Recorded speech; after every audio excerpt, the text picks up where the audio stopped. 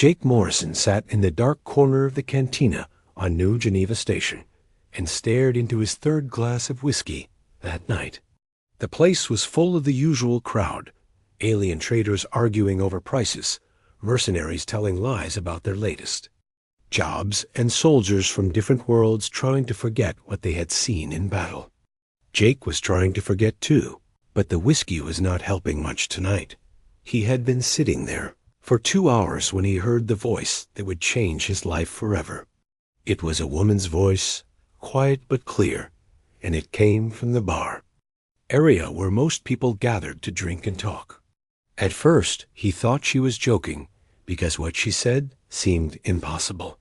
2017 confirmed kills across 43 different worlds, the woman said to someone near her. Her voice was calm, like she was talking about the weather or what she had for breakfast. Jake looked up from his drink and saw her for the first time. She was small, maybe 5 feet 4 inches tall, and very thin. Her red hair was pulled back in a simple way, and she wore regular clothes that looked too big for her tiny body. She could not have been older than 25 years old, and she looked like she might work in an office somewhere, instead of being a soldier. The person she was talking to was a Krillian warrior, one of those big alien fighters with natural armor and 4 strong arms. These creatures were known across the galaxy for being some of the best fighters alive.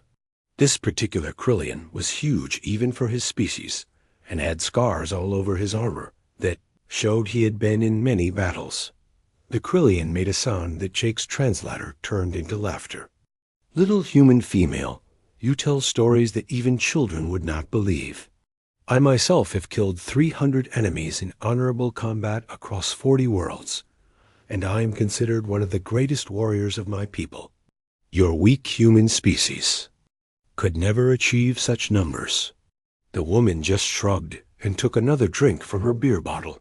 "Believe what you want," she said without even looking at the big alien. "I do not need you to believe me." This made the Krillian angry. His 4 arms moved in a way that showed he was getting ready to fight. "You insult all warriors with your lies, human. Perhaps I should teach you respect for truth." Jake started to get up from his chair because he could see this was about to turn into a fight, and fights with Krillians usually ended with someone dead. But the woman just turned around slowly and looked at the alien warrior with eyes that seemed much older. Then her face. "I have killed 47 Krillians in the past 3 years," she said in the same calm voice. "Would you like to become number 48? The cantina went completely quiet. Even the alien traders stopped arguing about their business deals. Jake could hear his own heart beating as he watched what happened next. The Krillian stared at the small, human woman for a long moment. Something in her eyes, or maybe the way she stood, made him step back instead of moving forward. His 4 hands moved away from his weapons, and he made a noise that sounded confused. "You are either the greatest liar in the galaxy or the most dangerous human I have ever met," the Krillian said finally. "I am both," the woman replied, and turned back to her drink. The big alien warrior looked around the cantina like he was trying to decide what to do next. Everyone was staring at him and waiting to see if he would back down from a fight with someone who was 1/4 his size. After another long moment, he made a growling sound and walked out of the cantina with his group of followers.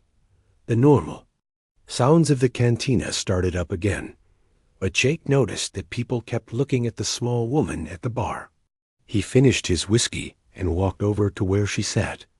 "That was interesting," Jake said as he sat down on the stool next to her. "I have never seen a Krillian back down from a fight before." The woman looked at him with sharp green eyes that seemed to see everything about him in just a few seconds. "Let me guess. Another soldier who thinks he has seen everything there is to see in this galaxy. You have that look about you. Special forces, maybe, or intelligence work." "Maybe intelligence," Jake admitted. "How did you know?" "People like you always have the same look," she said.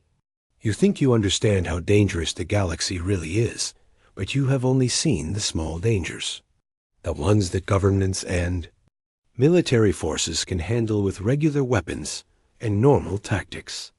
Jake ordered a drink and studied the woman more carefully. She moved like someone who had been trained to fight, even though she looked like she could not hurt anyone. Her hands were small, but he could see old scars on her fingers that came from using weapons and tools. "So what is your story then?" Jake asked. "If you are not military and not a mercenary, how does someone like you end up with a kill count that would make a general jealous?"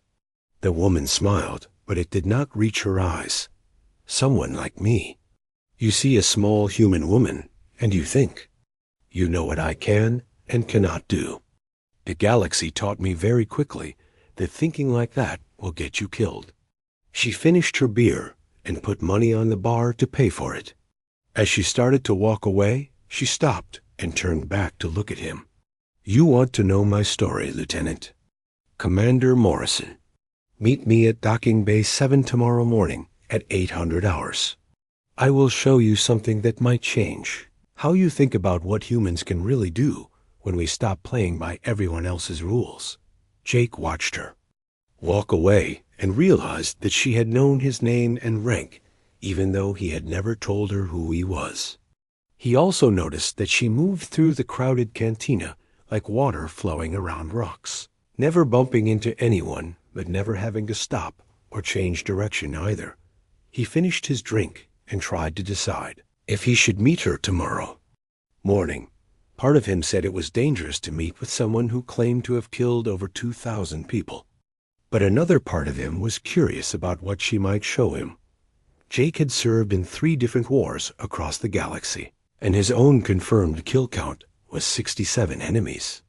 Even among the best human special forces soldiers, numbers in the thousands were impossible to believe.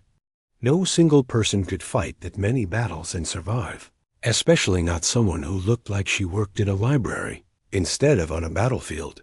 But something about the way she had made that Krillian warrior back down without even standing up from her chair made him think that maybe there was more to her story than he understood.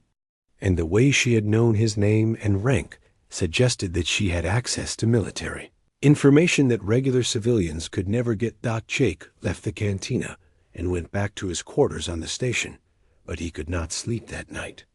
Kept thinking about the small woman with the calm voice who claimed to have killed more people than some entire military units. He kept wondering what she might show him in Docking Bay 7 and whether he really wanted to know the truth about her story. By morning, he had made his decision. He would meet her and see what she had to show him. If she was lying about her kill count, then he would know soon enough. But if she was telling the truth, then he needed to understand how one small human woman had become more dangerous than an entire army. Jake arrived at Docking Bay 7 exactly at 800 hours because military training had taught him to always be on time. What he found there made him question everything he thought he knew about human technology and how wars were really fought in the galaxy. The ship was like nothing he had ever seen before. It was about the size of a heavy attack cruiser, but its shape was completely wrong.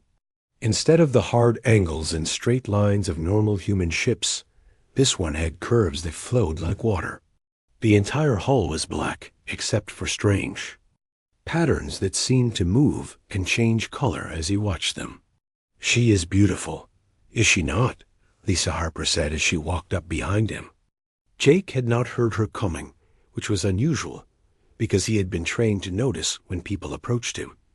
Lisa was wearing a tight suit that seemed to change color slightly as she moved. It looked more like liquid than fabric, and Jake could see that it covered her entire body from neck to feet. "This is your ship?" Jake asked. He could not hide how amazed he was. "I have never seen anything like this in any fleet database." "That is because she is not in any database," Lisa replied. She placed her hand against the hull, and a doorway appeared with no sound or visible mechanism. "She does not officially exist And that is exactly how I like it. Jake followed her through the opening and immediately felt like he was inside some kind of living creature instead of a machine. The walls seemed to pulse with soft light that got brighter as they walked deeper into the ship. The floor felt warm under his feet and seemed to respond to their footsteps by creating small ripples of light. The technology comes from several different alien species, Lisa explained as they walked through corridors that curved and twisted in ways that made no sense. The Nexari provided stealth systems that make us invisible to most sensors. The Etherian gave me bio-integration technology that lets the ship learn and adapt to new threats. The Krillians contributed weapon systems that can destroy targets at the molecular level. They reached what Jake thought must be the bridge, but it looked more like the inside of a giant brain than a command center. Lisa sat down in a chair that seemed to grow up from the floor around her body. As soon as she was seated, the walls came alive with displays showing information in dozens of different alien languages. Computer, show our guest the Kepler station mission, Lisa commanded. A three-dimensional image appeared in the center of the room, showing a detailed view of a space station that Jake recognized immediately. Kepler station. That was overrun by swarm creatures 3 years ago. The official report said the station was destroyed when the reactor exploded after the evacuation failed. The official report was a lie, Lisa said without any emotion in her voice.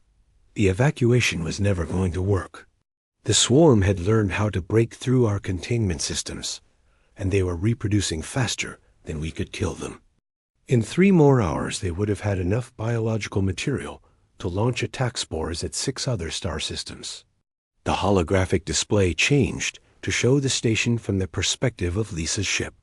Jake watched as her strange craft approached the infected station while somehow avoiding detection by hundreds of swarm creatures that were patrolling the area around it.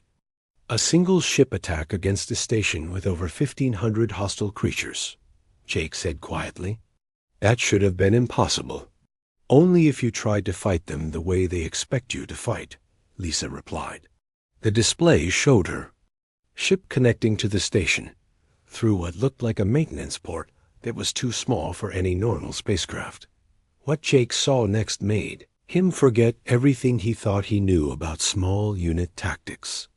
Instead of soldiers or marines, Lisa's ship had deployed what looked like small robots throughout the station.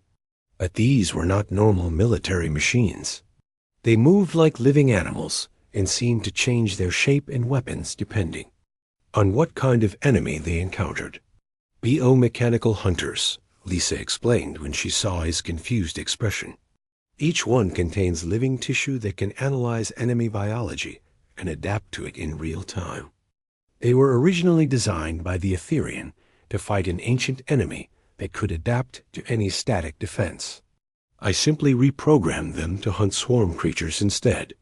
The holographic recording showed a systematic extermination that was more like watching antibodies destroy an infection than watching a battle.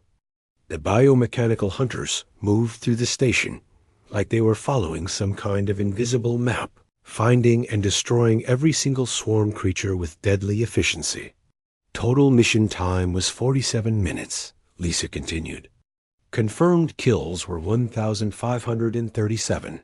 Individual swarm entities, including 3 queen organisms and 22 specialized variants. 0 human casualties, because I was the only human involved. Jake stared at the tactical display and tried to understand what he was seeing. This is impossible. One person cannot coordinate an operation this complex. The amount of information processing alone would be beyond human capability. You are correct that one normal human could not do this, Lisa agreed. She touched a control, and suddenly Jake could see her vital signs displayed on the screen. Her brain activity was unlike anything he had ever seen in medical scans. The patterns showed neural activity that was at least 10 times faster than normal human brain function. Nexari cognitive enhancement, she explained like she was discussing the weather. It increases mental processing speed and multitasking ability by approximately 800%. The side effects include chronic insomnia, difficulty relating to normal humans, and a tendency to become impatient with how slowly other people think. Jake felt like someone had hit him in the stomach. You have been modifying yourself with alien technology. For 7 years now, Lisa confirmed. I started with small changes just to survive in situations where normal humans would die. But each successful mission gave me access to new alien technology and better enhancements. After a while, you realize that the galaxy does not fight fair, so there is no reason for humans to fight fair either. She activated another display that showed what appeared to be an entire planet. This was the hegemony breeding world in the outer reach territories. They were producing slave soldiers to attack human colonies. Total population was approximately 3 million sentient beings, with 98% of them trained for combat operations. Jake felt his mouth go dry. Please tell me you did not attack an entire planet by yourself. Population after my visit was 0, Lisa said quietly. I introduced a Krillian biological weapon into their atmospheric processing system. It was designed to target their specific genetic markers. The entire planet was sterilized in approximately 6 hours. The casual way she described the death of 3 million people made Jake feel sick. Lisa, that is genocide. That is exactly the kind of action that makes other species think humans are monsters who need to be destroyed. The galaxy already thinks. We are monsters, Lisa replied, and her voice became harder. The only question is whether we are useful monsters or extinct monsters. I chose to be useful. Jake stood up quickly because he needed to move away from the displays and their terrible implications. Show me the proof, he said. You mentioned a data drive yesterday. I need to see evidence that these claims are real. Lisa reached into her suit and pulled out what looked like a normal data storage device. But as Jake looked more closely, he could see that it was not quite standard human technology. The surface seemed to flow like liquid metal and had patterns similar to what he had seen on the ship's hull. Vorthan memory crystal adapted for human computer systems, Lisa explained. It contains complete mission records, sensor logs, biological confirmation data, and personal recordings for every operation I have completed over the past 7 years. 2,143 confirmed kills across 17 different species and 42 different worlds. She held the drive toward him. The question is, Lieutenant Commander Morrison, are you prepared to learn what humans are really capable of when we stop pretending to be the good guys in this galaxy? Jake looked at the alien data device and knew that taking it would change everything he believed about humanity's place among the stars. But he also knew that he had to see the truth, no matter how terrible it might be. He reached out and took the drive from her hand. As his fingers touched the strange surface, he felt a slight tingling sensation, like electricity, was running through his skin. The device felt warm and seemed to pulse with its own heartbeat. There is no going back once you see what is on that drive, Lisa warned him. Once you know the truth about what some humans have become and what we have done to protect our species, you will have to choose whether you can live with that knowledge or whether you want to become part of it.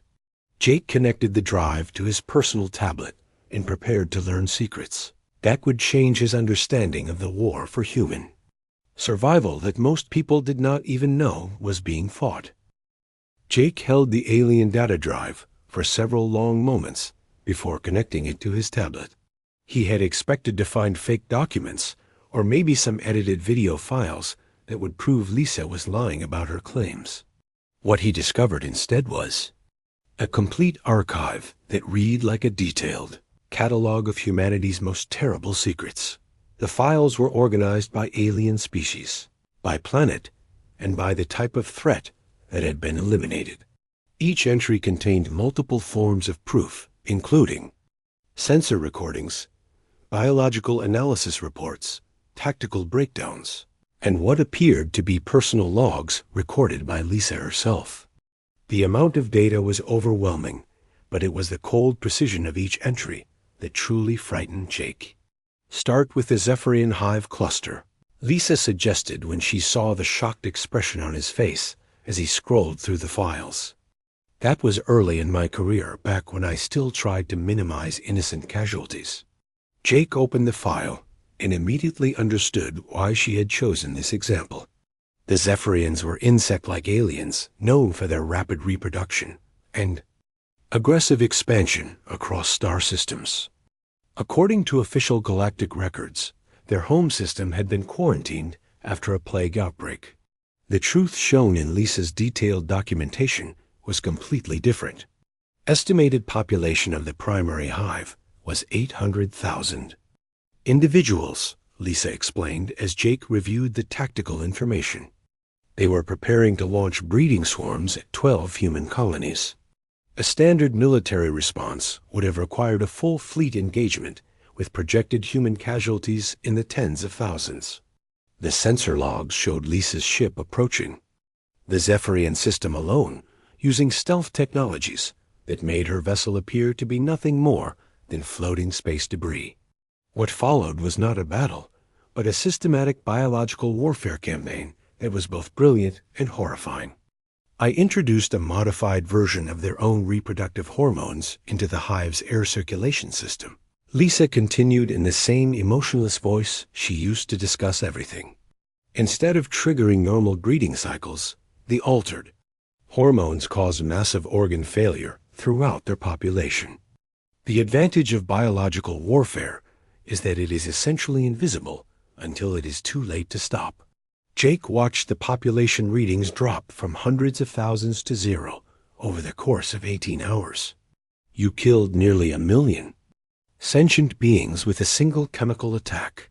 837,412, Lisa corrected him. The biological sensors in my hunter drones provide exact counts for every mission. And yes, it was efficient.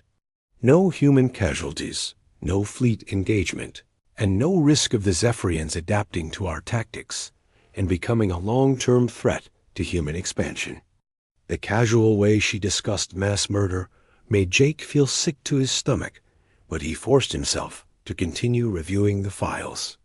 Each mission showed the same pattern: impossible odds faced by Lisa alone, unconventional solutions that normal military thinking would never consider, and body counts that seemed to come from some nightmare instead of real events. The Corvin Syndicate, Jake read out loud as he opened another file. Estimated enemy strength was 15,000 armed fighters spread across a fortified asteroid belt. How did you handle that? Gravitational warfare, Lisa replied like she was explaining a simple math problem. I used Nexari gravity manipulation, technology combined with human engineering principles to destabilize the asteroid's orbital patterns. Instead of attacking fortified positions, I simply made the asteroids uninhabitable by crushing them with their own defensive structures. Jake saw the sensor recordings of massive asteroids colliding with space stations and the debris fields expanding to destroy entire installations. 15,000 confirmed kills from a single gravitational cascade event. How is something like this even possible? Human creativity combined with alien technology and a willingness to think beyond conventional military doctrine, Lisa answered. We are not the strongest species in the galaxy, or the fastest, or the most numerous. But we are the most adaptable, and we are the only species that consistently finds ways to turn our enemies' strengths against them. As Jake continued through the files, a disturbing pattern became clear. Each mission had been more ambitious than the previous one, and each solution had been more ruthless and unconventional. Lisa had not just been fighting individual battles.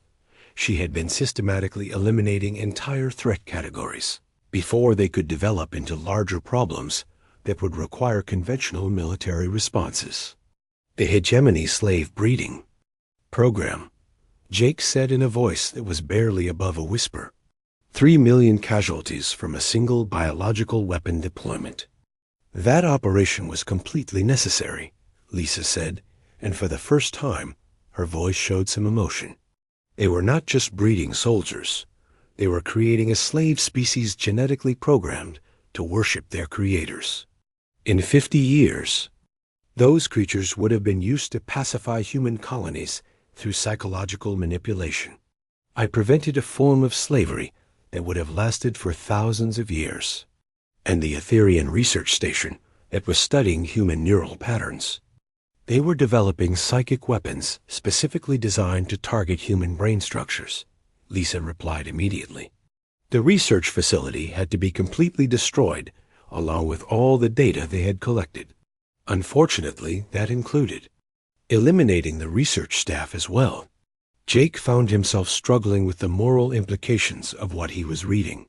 Each individual action could be justified as necessary for human survival, but taken together, they painted a picture of systematic genocide conducted by a single human who had transformed herself into something that was barely recognizable as human anymore. Lisa, he said finally while looking up from his tablet, do you understand what you have become? You are not a soldier anymore. You are not even a weapon.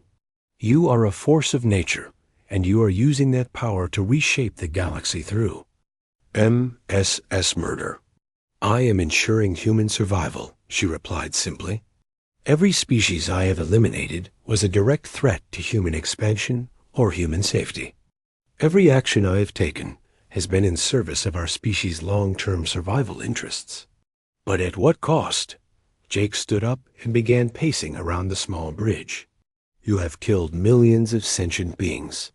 You have introduced biological weapons that could potentially affect innocent species. You have destabilized entire star systems. How does any of that serve humanity's long-term interests? Lisa was quiet for a long moment while her enhanced neural patterns were visible on the ship's biological monitors as she processed his question at superhuman speeds. Because the galaxy does not care about our moral concerns, she said finally. There are 17 different species that could exterminate humanity if they decided we were too dangerous to let live. There are 43 more that could conquer US if they formed alliances against us. And there are hundreds of smaller threats that could cripple our expansion or destroy key colony worlds. She gestured toward the tactical displays around them. I have eliminated 12 potential extinction level threats to humanity in the past 7 years. I have prevented 6 different species from developing weapons specifically designed to kill humans. I have stopped 3 separate attempts to create genetically modified human subspecies for use as slaves. The galaxy is safer for humans because of what I have done, and more terrified of us because of how you have done it, Jake responded. Do you think the other species do not communicate with each other? Do you think they do not share information about the mysterious human who appears from nowhere and eliminates entire populations? You are not protecting humanity. You are making us into the monster that everyone else fears. Lisa's expression became cold and dangerous. Good. Fear is more reliable protection than friendship or peace treaties. As long as the galaxy fears what humans might be capable of, they will think carefully before moving against us. Jake realized that he was looking at humanity's possible future, and it terrified him more than any alien threat he had ever encountered. Lisa Harper had become something beyond normal human moral constraints, a creature of pure logic, who could justify any atrocity in the name of species survival. And the worst part was that her methods were undeniably effective at protecting human interests. The question is, Lisa said, while her voice took on a threatening tone, what are you going to do with this information, Lieutenant Commander Morrison? The question hung in the air between them like a loaded weapon, and Jake realized that Lisa was not just asking about his intentions. She was evaluating whether he represented a threat to her operations and his answer might determine whether he left this ship alive. The question hung in the air between them, like a weapon ready to fire. Jake understood that Lisa was not just asking about his plans. She was deciding whether he was a threat to her operations. The way she had shifted slightly in her chair, and the way her enhanced reflexes seemed ready to spring into action, suggested that his answer might determine whether he survived this conversation. "You are wondering if I am going to report this to naval intelligence," Jake said carefully, while trying not to make any sudden movements. "Whether I am going to expose your operations to the galactic community." The thought had occurred to me, Lisa replied, while her hand moved closer to what Jake now recognized as a weapon control interface built into her command chair. "You have a choice to make, and that choice will affect not just your future, but potentially humanity's entire place in the galaxy." Jake looked around the alien-modified bridge and tried to process everything he had learned. The evidence was impossible to deny.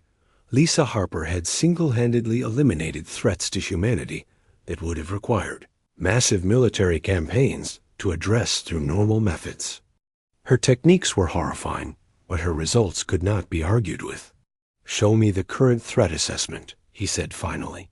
"If you are really protecting humanity, then I want to see what we are actually up against." Lisa seemed to relax slightly at his response. "Computer, display current galactic threat analysis for all human-controlled territories."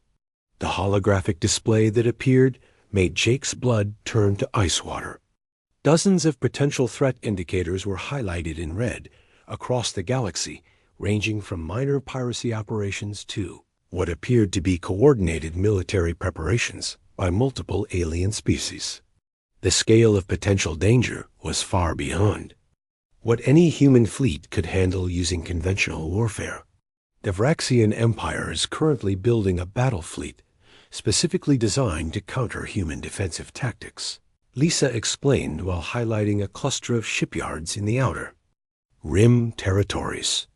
"Intelligence projections suggest they will be ready to launch coordinated attacks against our border colonies within 18 months. And the collective intelligence in the Perseus Arm," she continued, while bringing up another threat indicator, "has been conducting psychological warfare experiments on captured human civilians. They are developing methods to break human mental resistance to their assimilation processes." Jake studied the display while his military training automatically analyzed the strategic implications of what he was seeing. "This is beyond what our current military structure can handle. We would need to mobilize every available fleet and every available resource. And even then, we might not be able to respond to threats on this scale. Even then we would lose," Lisa finished his thought. "Humanity controls less than 3% of the galaxy. We are outnumbered, outgunned, and surrounded by species that view us as either a threat to be eliminated or a resource to be exploited for their own purposes." She manipulated the display to show projected casualty figures for various conflict scenarios. The numbers were beyond anything Jake had ever imagined. Conservative estimates suggest that conventional military responses to current threat levels would result in the deaths of approximately 40% of the human population over the next decade. "But your methods?" Jake asked, even though he was afraid of what the answer might be. "My methods eliminate threats before they can fully develop into existential dangers," Lisa replied. "Targeted strikes against key facilities, strategic biological warfare campaigns, psychological operations designed to make potential enemies reconsider the wisdom of aggression against humans. The cost is measured in millions of alien lives. The alternative is measured in billions of human lives." Jake found himself facing an impossible moral equation. Everything his military training had taught him about ethics and the rules of warfare screamed that Lisa's methods were wrong. But everything his strategic training told him about threat assessment suggested that her approach might be the only thing standing between humanity and complete extinction. "There is something else you need to understand," Lisa continued while bringing up a new set of files. I am not operating alone. There are others like me, humans who have realized that our survival depends on being willing to do what others will not do. The files showed evidence of similar operations across the galaxy. Mysterious diseases that had eliminated hostile alien populations, industrial accidents that had destroyed weapons research facilities, assassinations of political leaders who had been advocating for anti-human policies. A shadow network of enhanced humans conducting covert warfare on a scale that was almost impossible to comprehend. How many others? Jake asked. 43 active operators that I am aware of, Lisa replied. Probably more that maintain complete operational security. We do not coordinate directly because that would create security vulnerabilities. But we share intelligence and resources when necessary for major operations. The implications were staggering. Humanity had unknowingly developed the most effective covert operations network in galactic history, staffed by individuals who had enhanced themselves with alien technology and abandoned conventional moral constraints in favor of pure survival logic. And now you want me to join this network, Jake said. It was not really a question. I want you to make an informed choice, Lisa corrected him. You can report what you have learned here to Naval Intelligence. They will classify everything beyond top secret, spend months debating the moral implications, and ultimately do nothing because they cannot officially authorize operations like mine. What is the alternative? Jake asked.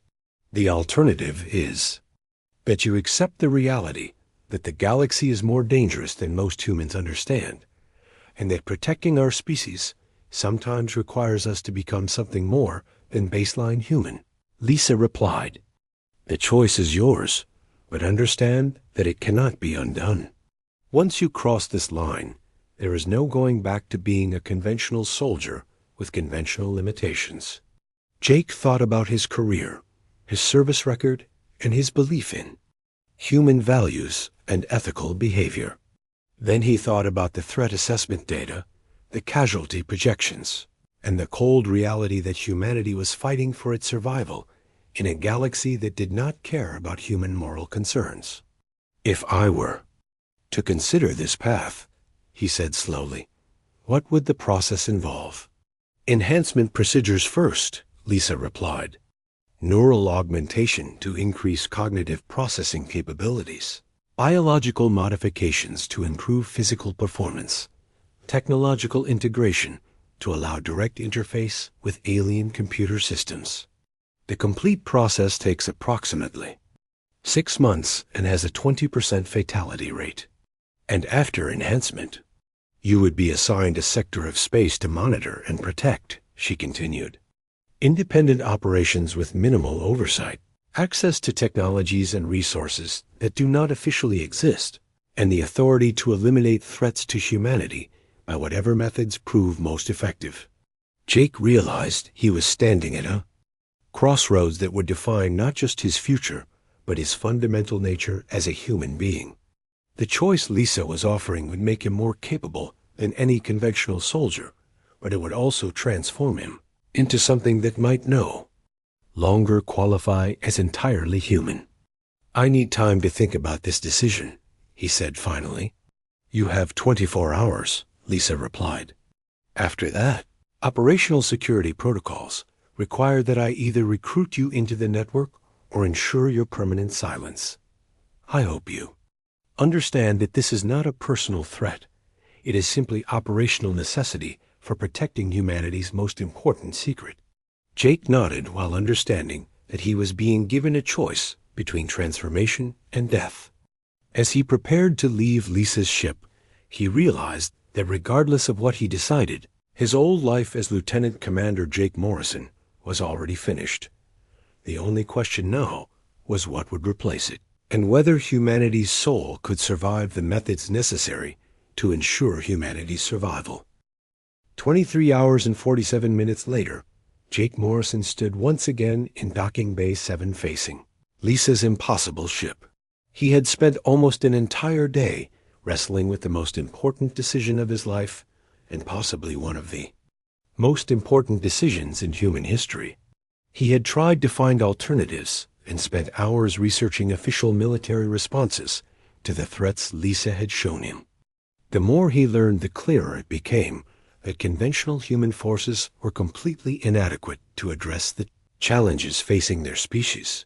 The galaxy was indeed more dangerous than most humans realized, and their enemies were more numerous and better prepared than any official intelligence assessment had ever suggested. The shadow war that Lisa and her network were fighting was not just necessary. It might be the only thing preventing human extinction. "I was beginning to wonder if you would show up," Lisa said as the ship's entrance appeared before them. "Have you made your decision?" "I have," Jake replied while stepping aboard what he now understood was essentially an alien warship operated by a human who had transformed herself into something beyond normal human limitations. "But I have conditions for my participation." Lisa raised an eyebrow as they walked through the biomechanical corridors toward the bridge. "You are in no position to negotiate conditions. You either accept the necessity of what we do, or you become a security risk that must be eliminated for the protection of all humanity. My conditions are not about the mission parameters or operational methods," Jake clarified. "They are about maintaining some connection to what we are supposed to be protecting. If we are going to become monsters to save humanity, then we need to remember why humanity is worth saving in the first place." They reached the bridge, and Lisa settled into her bio-integrated command chair. The ship seemed to respond to her presence by bringing various systems online and displaying tactical information from across the galaxy. "Explain your conditions." "The enhanced humans in your network," Jake began while choosing his words carefully. "How often do they interact with normal human populations? How often do they remember what it feels like to be part of the species they are protecting?" Lisa considered this question for several moments. "Direct interaction with baseline humans is kept to a minimum. It creates security risks, and most enhanced humans find normal human cognitive speeds frustrating after neural augmentation procedures." "That is exactly the problem," Jake said. "All of you are becoming so far removed from baseline humanity that you are losing perspective on what you are fighting for. You see humans as a resource to be protected rather than as people worth saving. And your proposed solution," Lisa's voice carried a dangerous edge that suggested he was walking on very thin ice.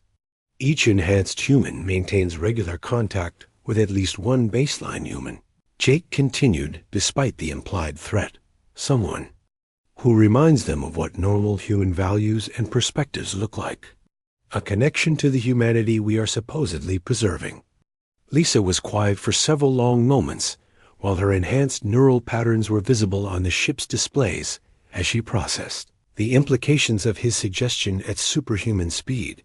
"It is a significant security risk," she said finally, "and it introduces emotional complications that could compromise operational effectiveness during critical missions.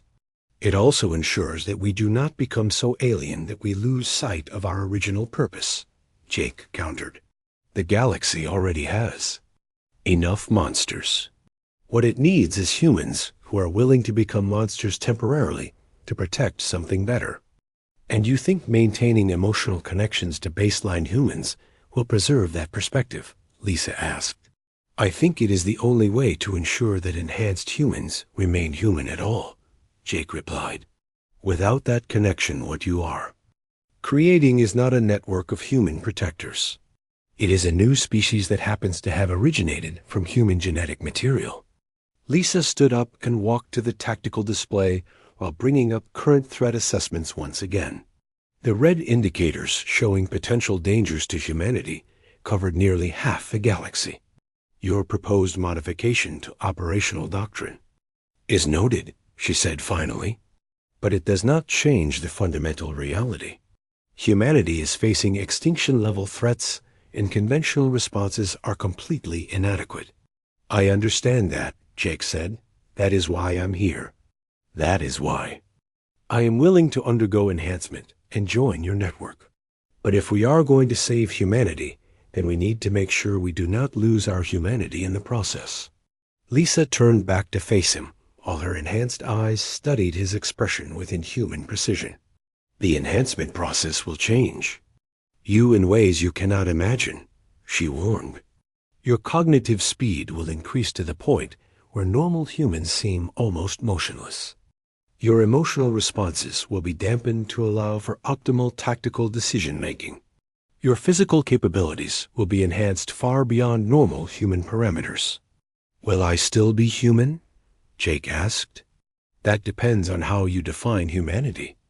Lisa replied, biologically, you will still be human. Psychologically and cognitively, you will be something more. Whether that something more is still human, or something else entirely, is a question each enhanced individual must answer for themselves. Jake nodded while understanding that he was about to cross a threshold from which there could be no return. When do we begin the process? Immediately, Lisa said while moving toward a section of the bridge Jake had not noticed before. A panel slid aside to reveal what looked like a medical facility equipped with technology that seemed to blend human. Engineering, alien science, and something else entirely. The process takes approximately 6 months, Lisa continued while her voice became clinical and detached. Neural enhancement first, followed by biological optimization, then technological integration procedures. You will maintain consciousness throughout most of it, but your perceptions and thought processes will change gradually. As Jake settled into the biomedical chair that would begin his transformation, he thought about the path that had led him here. A chance encounter in a cantina, a claim that seemed impossible, and evidence of a war for humanity's survival that most humans did not even know was being fought. Lisa, he said as the enhancement systems began their preliminary scans of his body and brain. That condition I mentioned about maintaining contact with baseline humans. I want you to be the one who implements it across the entire network. Why would you want me to do that? She asked while beginning the pre-enhancement procedures. Because despite everything you have become, despite all the enhancements and modifications, you still chose to explain your actions to me rather than simply eliminating me as a security risk, Jake replied. Somewhere under all that alien technology and enhanced cognitive ability, Lisa Harper is still human enough to want her actions to be understood even if they cannot be approved of. Lisa paused in her preparations, and for a moment, Jake saw something flicker across her expression that looked almost like relief. Beginning neural enhancement procedures in 3 seconds, she announced. 2 seconds. 1 second. As the alien technology began its work on Jake's brain, rewriting neural pathways and expanding cognitive capacity beyond normal human parameters, he held onto one final thought. He hoped that he would still be human enough to remember why humanity was worth saving. 6 months later, the galaxy would have one more enhanced human protecting humanity's interests through methods that conventional morality could not sanction. But it would also have one more voice advocating for the preservation of human values, even in the midst of necessary atrocities. The war for humanity's survival would continue, fought in shadows by individuals who had sacrificed their own humanity to preserve their species. And perhaps, if they were very careful and very lucky, they might manage to save both humanity's future and its soul. In the end, Jake Morrison's greatest contribution to the enhanced human network would not be his tactical skills or his enhanced capabilities. It would be his insistence that monsters in service of humanity were still better than monsters who had forgotten what humanity meant. The data drive that had started it all would eventually contain one more entry. The record of an enhanced human who had successfully completed 43 missions while maintaining meaningful contact with baseline human populations. A proof that it was possible to become more than human while remaining human at heart. Whether that would be enough to save humanity's soul remained to be seen. But for the first time since the enhanced human network had begun its covert war, there was hope that the monsters protecting humanity might remember what they were fighting for.